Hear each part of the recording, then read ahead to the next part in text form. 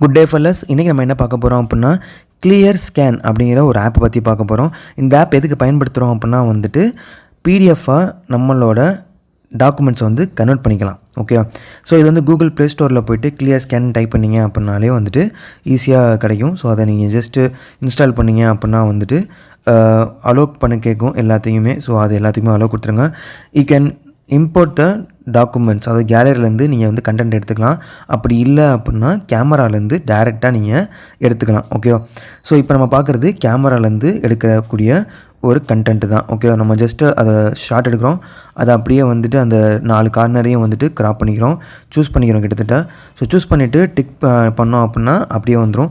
So மேலே பிடிஎஃபாக காமிக்கும், டாக்குமெண்ட்டுன்னு இருக்கும். ஸோ டாக்குமெண்ட்டை நீங்கள் கிளிக் பண்ணிங்க அப்படின்னா ரீநேம் பண்ணிக்கலாம்.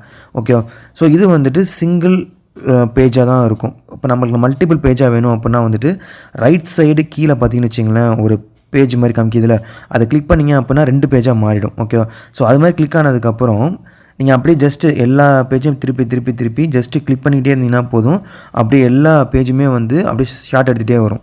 ஸோ ஜஸ்ட் லைக் தட் ரொம்ப எளிமையாக வந்துட்டு உங்களால் வந்துட்டு கண்டென்ட்டை வந்துட்டு பிடிஎஃபாக வந்து மாற்ற முடியும். ஓகே, ஸோ இப்போ நம்ம என்ன பண்ணியிருக்கோம் அப்படின்னா வந்துட்டு ஒரு 5 பேஜ் 6 பேஜை வந்து நம்ம என்ன பண்ணியிருக்கோம் அப்படின்னா ஜஸ்ட்டு அப்படியே கேப்சர் பண்ணிக்கிட்டோம். இப்போ பார்டர் அட்ஜஸ்ட்மெண்ட் கேட்குது, ஃபில்டர் கலர் கேட்குது, அப்படியே விட்டுறோம். நம்ம எதுவுமே மாடிஃபை பண்ணலை.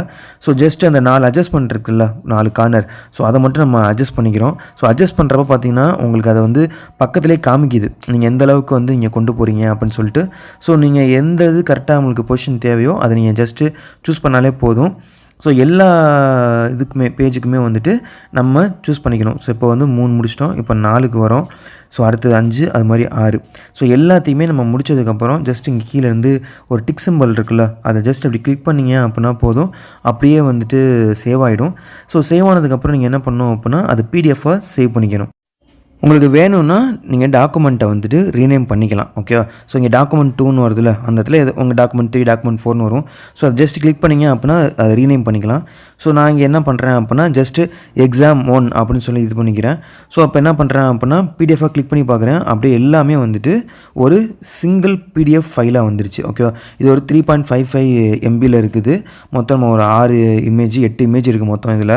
ஸோ நான் இப்போ என்ன பண்ணுறேன் அப்படின்னா ஜஸ்ட்டு ஜிமெயிலில் நான் சென்ட் பண்ணுறேன். ஸோ என்னோட இன்னொரு மெயிலுக்கு நான் ஜஸ்ட் சென்ட் பண்ணுறேன்.